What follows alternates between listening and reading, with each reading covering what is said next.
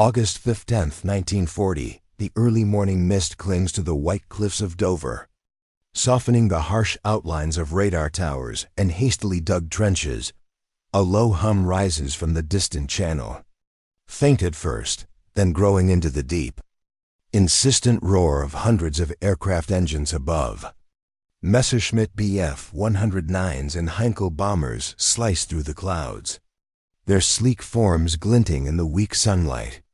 On the ground, air raid sirens wail, echoing through sleepy villages and the streets of London alike. Civilians stumble into blacked-out homes, clutching blankets, candles, anything to ward off the encroaching terror. Children cling to mothers' hands, while men hurry toward hastily organized anti-aircraft positions. In the skies above Kent, a young RAF pilot steadies his Spitfire, the cockpit vibrating with tension. His eyes scan the horizon, seeking the first shadow of the enemy. Every second stretches like an eternity here. On this fragile strip of earth, British steel will meet German wings, and the fate of a nation teeters on the edge of every dive, every turn, every shot fired. The hum grows louder. The battle is about to begin. By the summer of 1940, Europe had already been reshaped by the swift advance of the German war machine. France had fallen in a matter of weeks, Belgian cities smoldering, Paris under occupation. Britain now stood as the last major power opposing Hitler's continental domination. Its army, having barely escaped from Dunkirk, was battered, short of equipment, and ill-prepared for a full-scale invasion. The Royal Navy remained a formidable barrier in the Channel. Yet the specter of German air superiority loomed over southern England. Hermann Göring, head of the Luftwaffe, had meticulously prepared for the coming campaign operation. Adlerangriff, the Eagle attack, was designed to cripple the Royal Air Force, destroy British airfields, and open the way for Operation Sea Lion, the planned cross-channel invasion over the Channel. Germany amassed hundreds of Messerschmitt Bf-109 fighters and Heinkel He-111 bombers. Precision, speed, and shock were their guiding principles. Each sortie intended to strike decisive blows. Intelligence, however, painted an incomplete picture. British radar, secret airfield defenses, and the observer corps remained largely underestimated. Across Britain, the RAF braced for the inevitable fighter command. Under Air Chief Marshal Sir Hugh Dowding, had invested in a revolutionary command and control system. Radar stations along the southern coast detected incoming raids, while a network of plotters directed squadrons toward intercept points with clockwork precision. Squadrons of Supermarine, Spitfires, and Hawker Hurricanes prepared for relentless sorties, pilots already rehearsing the deadly dance they would soon perform in the skies above Kent and Sussex. Yet the numbers were daunting. Luftwaffe planes outnumbered the RAF fighters 2-1 in many sectors. The German pilots were seasoned, often veterans of the campaigns in Poland and France. In contrast, many British pilots were young and inexperienced, barely into their 20s, some still learning to fire their guns under real combat conditions. Even so, their morale remained remarkably high, fueled by the defense of home soil and the knowledge that Britain's fate rested on their shoulders. Civilian life continued under a fragile routine. Londoners and villagers alike adapted to the growing threat, blacking out windows at night, listening for the wail of air raid sirens, and learning the rhythms of evacuation procedures. Yet anxiety was palpable. Each cloud on the horizon, each distant drone, was a potential harbinger of destruction. Families huddled together in basements. Trains carried children to countryside shelters, and volunteers joined civil defense units, forming an invisible line of resistance beneath the watchful eyes of the RAF pilots above. By mid-August, skirmishes had already begun over the Channel and southern England. Initial Luftwaffe reconnaissance flights tested British defenses, met with dogged interceptions by Hurricanes and Spitfires. Early intelligence suggested the Germans underestimated the coordination of Britain's fighter command. The German approach relied on massed formations, predictable routes, and concentrated attacks. Assuming speed and numbers alone would prevail, yet the British system coordinated, flexible, and surprisingly resilient, allowed for rapid responses that frustrated and, at times, outmaneuvered the Luftwaffe's best efforts. The stakes could not have been higher. If Britain fell to the Luftwaffe, the Channel would be open, and the island itself would face invasion. The fall of Britain would give Hitler complete control over Western Europe, potentially forcing the United States to reconsider any direct involvement. The entire balance of the war, already precarious after France's surrender, depended on a handful of radar stations, a network of plotting rooms, and pilots willing to take to the skies in fragile aircraft against a numerically superior enemy. And so, by August 1940, Britain braced for the storm clouds gathered over the English Channel, carrying with them the thunder of engines and the promise of destruction. Every Spitfire on the tarmac, every young pilot in the cockpit, every plotter in Fighter Command's operations room, and every civilian in the streets played a part in the defense of the nation. The stage was set. German wings were on the horizon, and British steel would meet them in the skies above. This tension would soon escalate into full-scale aerial combat, a battle unlike any seen before, where technology, courage, and strategy collided over towns, villages, and cliffs. By late August 1940, the Luftwaffe's intentions had become unmistakably clear. Hitler demanded air superiority over southern England before any attempt at invasion. Operation Sea Lion, Germany's planned cross-channel assault, relied entirely on the neutralization of the RAF. Gring's strategy combined relentless bombing of airfields, radar stations, and key infrastructure, along with fighter escorts to protect the bombers. The Germans believed that overwhelming force, applied quickly and decisively, would shatter British resistance. Yet the British were far from passive. Fighter Command had structured its defense with remarkable precision. Radar stations along the Kent and Sussex coasts provided early warning of incoming raids, allowing squadrons to be scrambled in seconds rather than minutes. Spitfires, with superior maneuverability, and Hurricanes, rugged and reliable, patrolled defensive sectors. Pilots rotated through sorties tirelessly, their stamina stretched to the limit, yet morale remained steadfast. Each engagement taught them new lessons, sharpening their tactics and resilience. The German approach, however, carried inherent flaws. Luftwaffe doctrine emphasized mass formations and linear attacks, making their waves of bombers vulnerable to coordinated interceptions, communication errors, overconfidence in numbers, and underestimation of British radar and airfields repeatedly disrupted planned assaults. Meanwhile, attrition was already taking its toll. Young pilots, inexperienced with the British weather and the precise maneuvers required for dogfighting, struggled to maintain formation under pressure. British civilians, meanwhile, became unwitting participants in the unfolding drama. Londoners endured the first systematic bombings, while communities in Kent and Sussex braced for waves of raids. Blackouts became strict. Factories and homes installed sandbags and makeshift shelters, and children were evacuated to the countryside. Volunteers organized anti-aircraft watchposts, relaying reports of enemy movements. Civilian life was constrained by fear, yet a quiet resilience emerged, a determination to endure and protect the homeland at any cost. The psychological dimension of the battle was profound. British propaganda framed the Luftwaffe as formidable but not invincible, emphasizing courage, ingenuity, and national unity. Posters proclaimed that the country's survival rested on each citizen's vigilance. Newspapers reported the heroics of young pilots, giving names and faces to the defenders of the skies, creating an emotional link between those on the ground and those in combat above.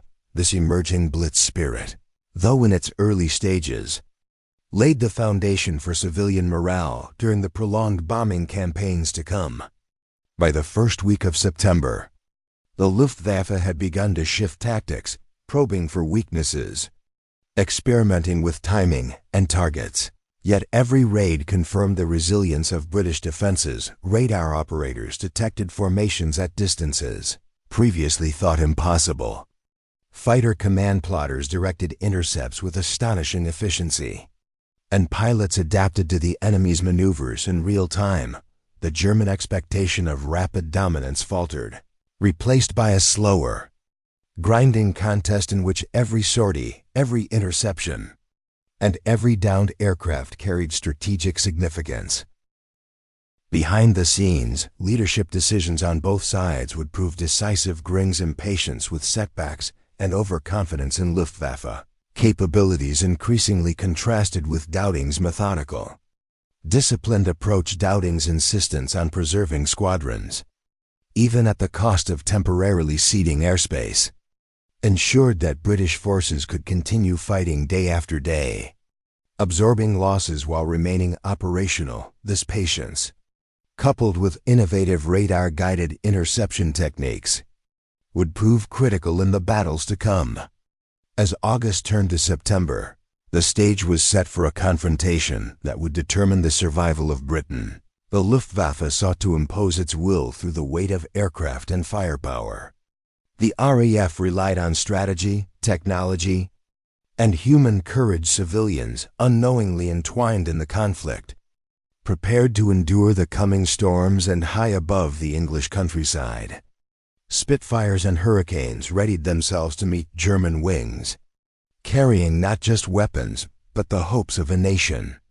The tension between expectation and reality, between fear and resilience, between overwhelming force and determined defense, now crystallized in the skies over southern England. Every sortie flown, every tactic tested, every life lost or saved, brought the Battle of Britain closer to its fateful turning point. The Battle of Britain was fought as much in the hearts and minds of individuals as it was in the skies. For RAF pilots, many barely out of adolescence, the stakes were immediate and visceral. Each sortie demanded perfect concentration, rapid decision-making, and the acceptance that death could come from a single burst of enemy fire. Pilots, like Pilot Officer Geoffrey Wellham, a 19-year-old flying with 92 Squadron, described the experience as a mixture of terror and exhilaration, a daily confrontation with mortality that few could truly comprehend. Human endurance was tested in ways beyond the cockpit.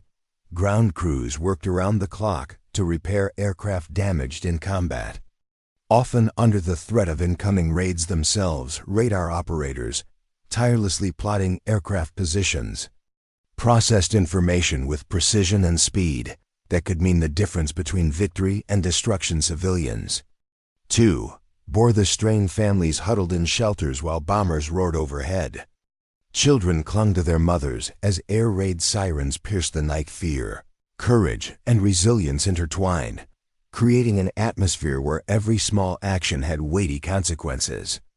The decisions of commanders above the fray shaped the entire conflict. Air Chief Marshal Hugh Dowding, commander of Fighter Command, exemplified strategic patience. He resisted pressure from higher authorities to commit squadrons en masse for immediate destruction of the Luftwaffe, understanding that preserving forces for sustained defense was paramount. Dowding's leadership reflected discipline, foresight, and an unwavering commitment to defensive strategy, leveraging radar and efficient communications to orchestrate fighter interceptions.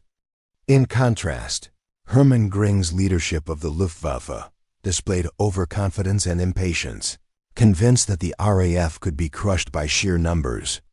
He underestimated the complexity of British defensive networks. Tactical misjudgments, such as focusing on bombing airfields without achieving decisive destruction, revealed a disconnect between strategic planning and operational reality. The interplay of these leadership styles measured patience versus overbearing aggression would define the battle's course.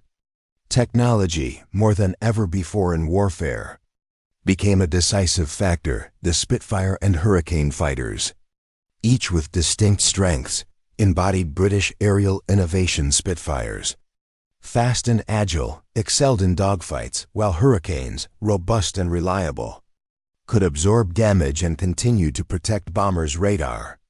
The chain-home network along the southern coast allowed early detection of enemy formations, granting fighter command crucial minutes to deploy interceptors with surgical precision.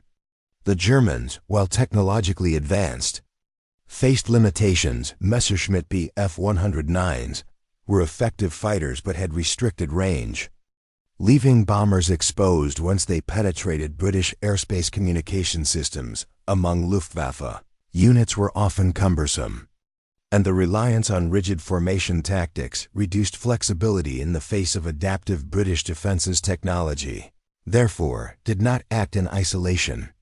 Its efficacy depended on human skill and tactical integration, creating a dynamic interplay where innovation and adaptability were continuously tested.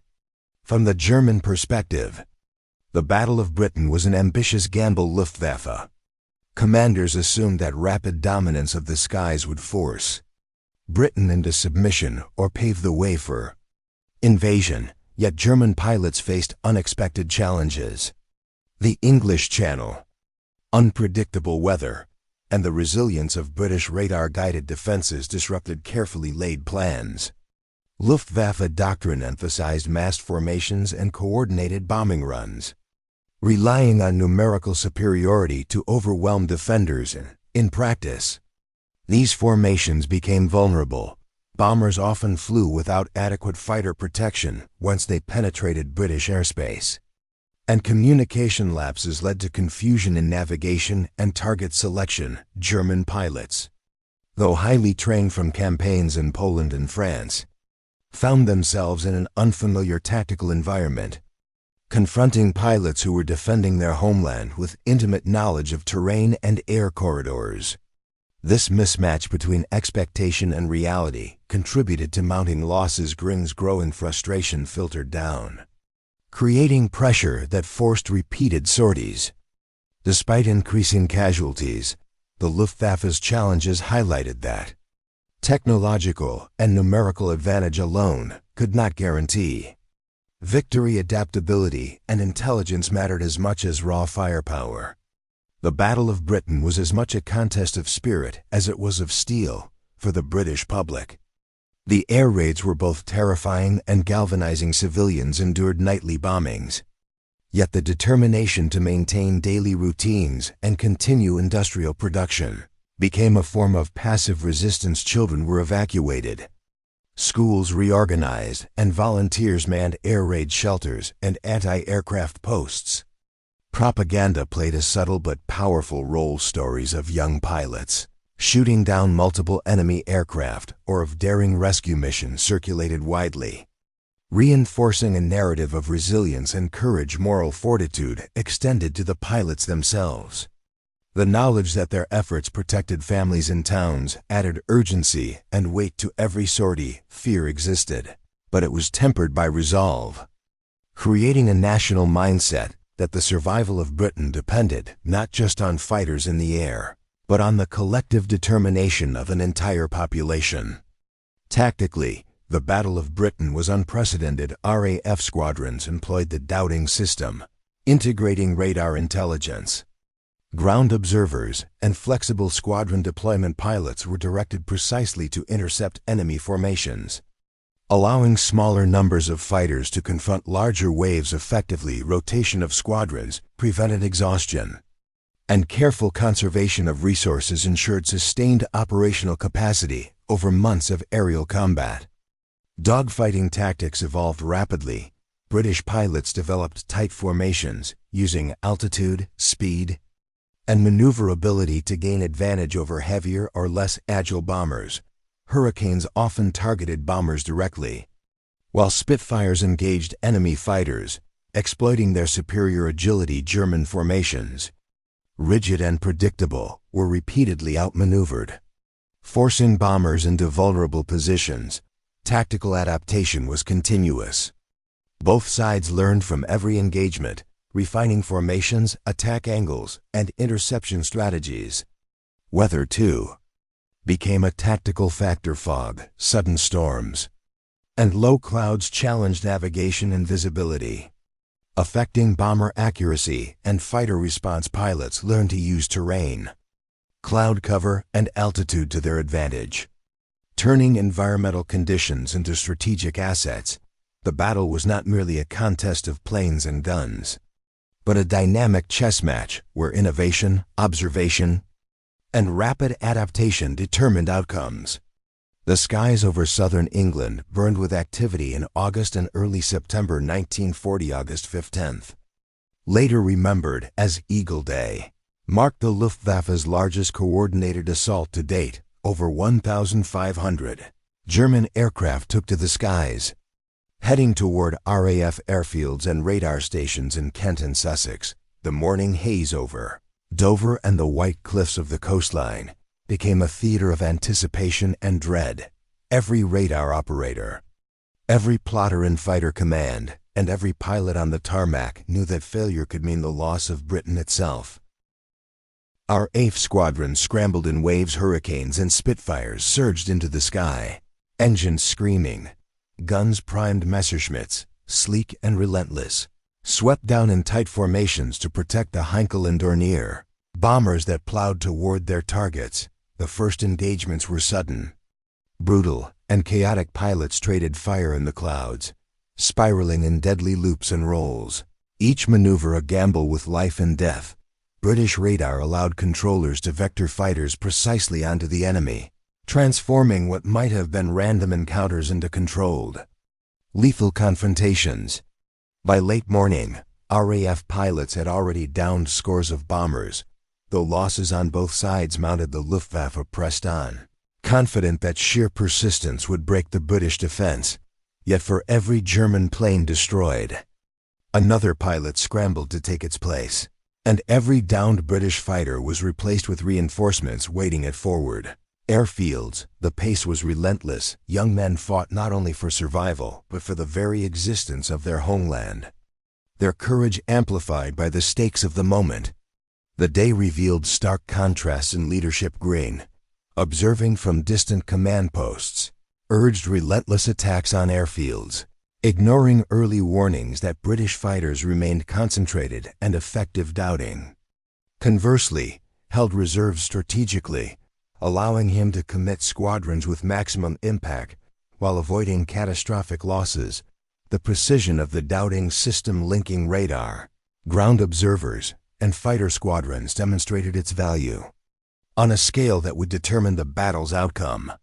Dogfights unfolded with cinematic intensity. Spitfires, agile and responsive, darted through tight formations of Bf-109s, while Hurricanes lumbered into bomber formations, sending Heinkels spiraling toward the sea. Smoke trails streaked the sky, punctuated by explosions that shattered clouds and scattered debris. Pilots' radios crackled with shouted coordinates, urgent warnings, and brief reports of victories or losses. Every maneuver, dive, and turn carried the weight of national survival. By mid-September, the Luftwaffe shifted tactics, attempting sustained daytime bombing raids against RAF airfields.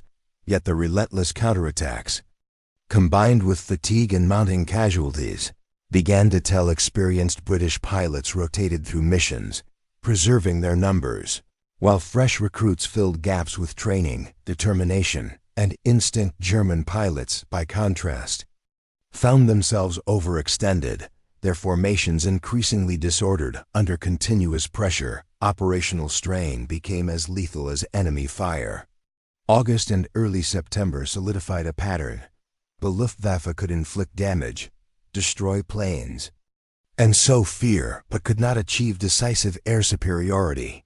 Every raid brought lessons in adaptation. British pilots refined interception techniques, learning to exploit weaknesses in bomber formations and enemy coordination. Ground crews repaired aircraft with astonishing speed, keeping squadrons operational day after day. Radar operators became ever more precise, turning early warnings into tactical advantage.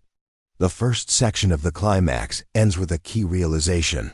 The battle was no longer about isolated sorties but a sustained test of endurance, skill, and coordination. German wings had met British steel, and while the Luftwaffe still pressed hard, The tide was quietly, imperceptibly, beginning to turn. Every pilot, every controller, every civilian observer had become a link in a chain that would prove resilient under fire. By mid-September 1940, the Battle of Britain reached its most critical phase. The Luftwaffe, frustrated by repeated failures to destroy RAF Fighter Command, shifted strategy. Rather than targeting airfields, they began systematic daytime bombing of London, a campaign that would become known as the Blitz. On September 7th, waves of Heinkel and Dornier bombers, escorted by Bf-109s, rained destruction on the capital. Fires erupted across the city.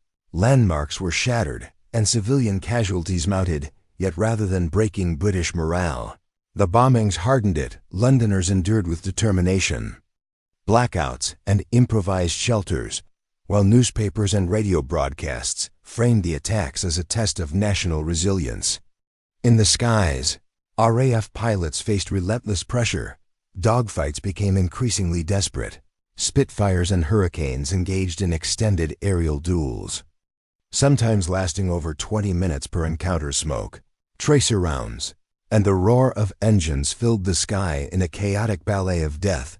Experienced pilots leveraged altitude and maneuverability to isolate bombers from their fighter escorts, turning every engagement into a carefully calculated struggle. Rotation of squadrons prevented exhaustion, allowing the British to maintain a continuous operational presence despite the intensity of attacks.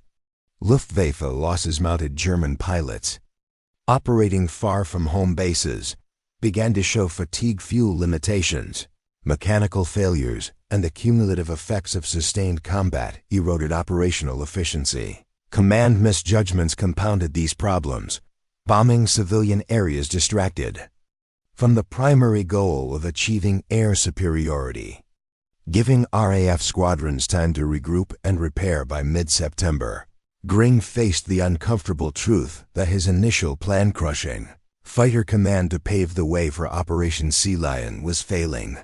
September 15th, later celebrated as Battle of Britain Day, became the turning point. More than 1,800 German aircraft attacked the southeastern coast, expecting to overwhelm British defenses. Instead, well-coordinated RAF interceptions, guided by radar, met them with precision. Pilots like Flight Lieutenant John Moffat and Wing Commander Sailor Malin exemplified the skill and courage that would define the battle. British fighters destroyed hundreds of Luftwaffe aircraft. While losses to the RAF remained manageable, the Luftwaffe, battered and demoralized, could not sustain the offensive. On the ground, the impact of this turning point was palpable. Civilians recognized that Britain's air defense was holding, that the young pilots they had watched take to the skies were not being swept away. Confidence grew, not arrogance, but a steady understanding that endurance, skill, and technology could defy what had seemed an unstoppable force. RAF squadrons, replenished and coordinated, maintained pressure on enemy formations. Every dogfight, every bombing run reinforced the lesson: numerical superiority alone did not guarantee victory. The Luftwaffe's failure to achieve air supremacy forced a strategic re-evaluation. Hitler postponed Operation Sea Lion indefinitely. The Blitz would continue, but the initial aim of crippling Fighter Command had failed. Britain, against all odds, had preserved the integrity of its air defenses. RAF victory was not absolute. The battle continued and losses remained high, but the momentum had shifted. The skies that had once threatened total domination now showcased British resilience, tactical innovation, and the effectiveness of integrated defense. By late September, the contours of victory were emerging. German formations were smaller, more cautious, and increasingly demoralized. British pilots, emboldened by success and refined tactics, intercepted raids with greater efficiency. Civilians endured bombings with courage, sustaining the industrial and social backbone of the nation. The turning point of the Battle of Britain was not a single act of heroism, but the cumulative effect of strategy, skill, and human endurance. As the Luftwaffe retreated from sustained daylight raids, Britain had not only survived, but gained a psychological advantage that would reverberate throughout the war. The clash of German wings against British steel had proven that technology, leadership, and sheer determination could resist even the most formidable enemy. This moment would set the stage for the aftermath, assessing losses, understanding consequences, and reflecting on a nation's triumph against overwhelming odds. By the end of September 1940, the immediate consequences of the Battle of Britain were becoming starkly apparent. The Luftwaffe, despite its numerical superiority, had failed to achieve air superiority over southern England. German losses were significant. Over 1,700 aircraft had been destroyed or severely damaged, and more than 2,500 aircrew were killed, wounded, or captured. In contrast, Fighter Command had lost roughly 900 aircraft and 544 pilots during the peak months of the battle, demonstrating a remarkable level of operational resilience under relentless pressure. The preservation of Fighter Command meant the cancellation of Operation Sea Lion, Germany's planned invasion of Britain without control of the skies. Crossing the English Channel would have been suicidal. German High Command recognized that the RAF's integrated defensive network, the combination of radar detection, plotting centers, and well-coordinated fighter squadrons had nullified the 5e Luftwaffe's strategic advantage. This marked a fundamental turning point in Hitler's Western campaign, forcing Germany to reconsider its approach to Britain and prolonging the conflict across multiple fronts.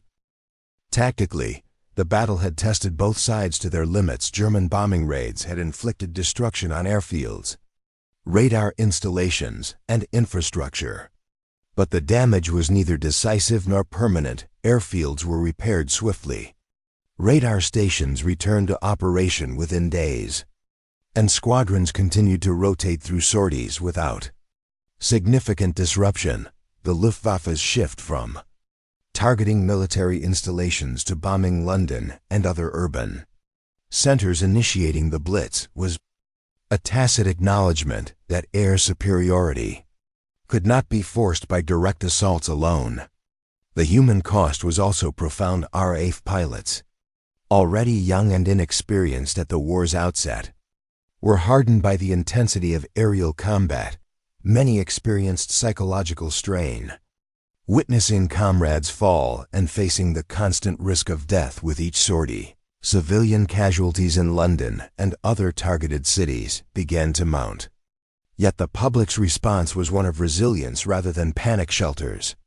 Hospitals and civil defense units became hubs of organized resistance, demonstrating that civilian morale was as critical to Britain's defense as the pilots in the sky. Leadership lessons were clear. Dowding's strategic patience had been vindicated, proving that conserving forces and using technology effectively could counteract numerical inferiority. Gring's insistence on immediate results and his tactical inflexibility, by contrast, contributed directly to Luftwaffe's attrition. The contrast between the two commanders illustrated the decisive role of measured, informed leadership in high-stakes conflict. At the operational level, logistics emerged as a silent determinant of success. RAF squadrons could be rotated, repaired, and refueled quickly thanks to efficient ground crews and coordinated command structures. German formations, operating at the edge of their range over the Channel in southern England, faced fatigue, maintenance issues, and overextended supply lines. These hidden factors compounded the visible effects of pilot skill and technology, underscoring that the Battle of Britain was not fought by aircraft alone, but by the integrated efforts of human, mechanical, and strategic systems. By the close of September, the first phase of the battle was clear. Britain had survived the Luftwaffe's initial offensive. The island's skies remained under British control, and the foundation for continued defense was firmly in place. However, the threat was far from over. Germany's shift to bombing cities would test civilian morale, industrial capacity, and the nation's psychological endurance. Meanwhile, RAF squadrons had to maintain readiness for further attacks. aware that the Luftwaffe would adapt, return, and continue to press its campaign in the weeks ahead. This stage of aftermath sets the stage for the broader consequences, the long-term strategic, psychological, and historical impacts of Britain's successful defense. With the Luftwaffe failing to establish air superiority, Britain emerged from the summer of 1940 not only intact but emboldened. The failure of Operation Adlerangriff forced Hitler to postpone and eventually cancel Operation Sea Lion. Preserving Britain as a base for future Allied operations, the island had become a symbol of defiance, a nation standing resilient against what appeared to be an unstoppable force. Strategically, the preservation of British air power ensured that the Luftwaffe could no longer dictate the terms of engagement over Western Europe, altering the trajectory of the war.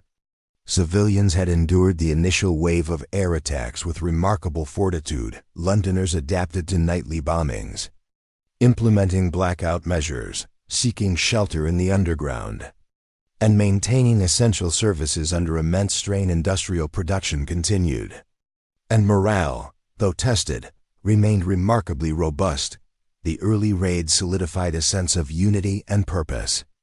Later celebrated as the Blitz spirit, stories of ordinary citizens rescuing neighbors from rubble, firefighters braving incendiary bombs, and volunteers maintaining air raid posts reinforced the notion that the war was fought not just in the skies, but on the ground by millions of determined individuals. RAF pilots, now seasoned by weeks of relentless sorties, became national icons. Their skill, courage, and resilience were widely reported in newspapers and radio broadcasts, strengthening public confidence and galvanizing support for continued resistance. The integration of technological innovation, radar networks, advanced fighter design, and the Dowding System had proven decisive. Britain's ability to blend human skill with innovation provided lessons that would influence aerial warfare strategies for decades. For the Germans, the Battle of Britain exposed critical flaws. Luftwaffe doctrine, heavily reliant on numerical superiority and rigid formation tactics, had failed against an opponent employing intelligence, flexibility, and technological integration.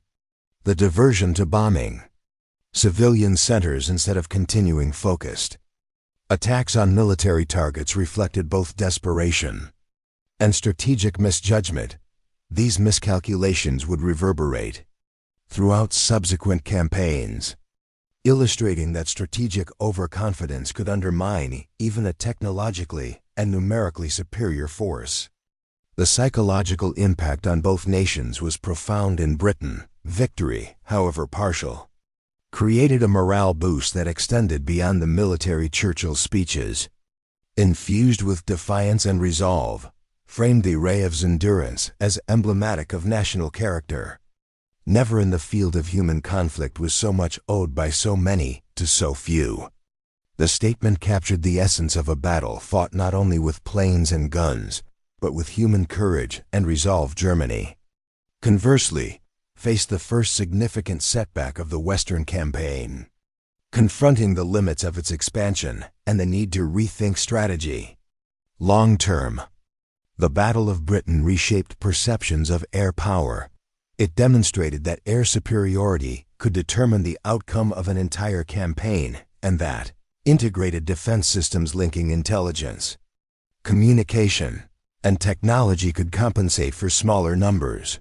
The battle also highlighted the interplay between civilian morale and military effectiveness, showing that the home front could become an active component of national defense.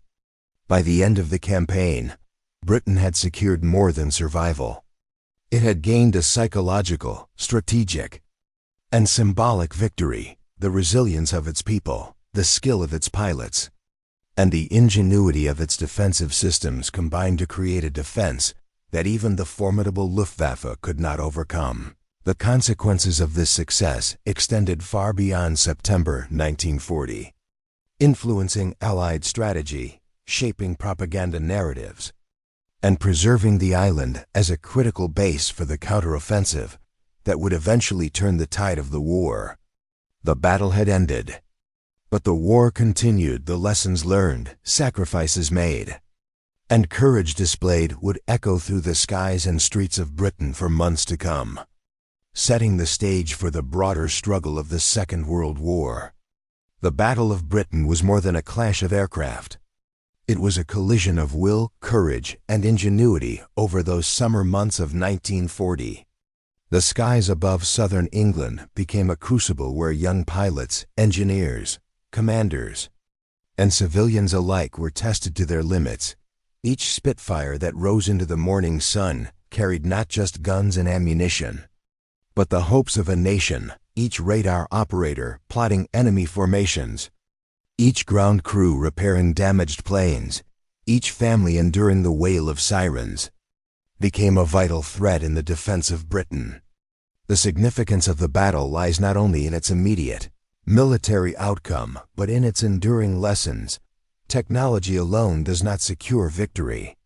Leadership, coordination, and human resilience are equally decisive. The Dowding System, the use of radar, and the skillful deployment of squadrons demonstrated how innovation, strategy, and patience could offset numerical inferiority. The courage of the pilots, many barely out of adolescence, revealed that determination and training could bend even overwhelming odds.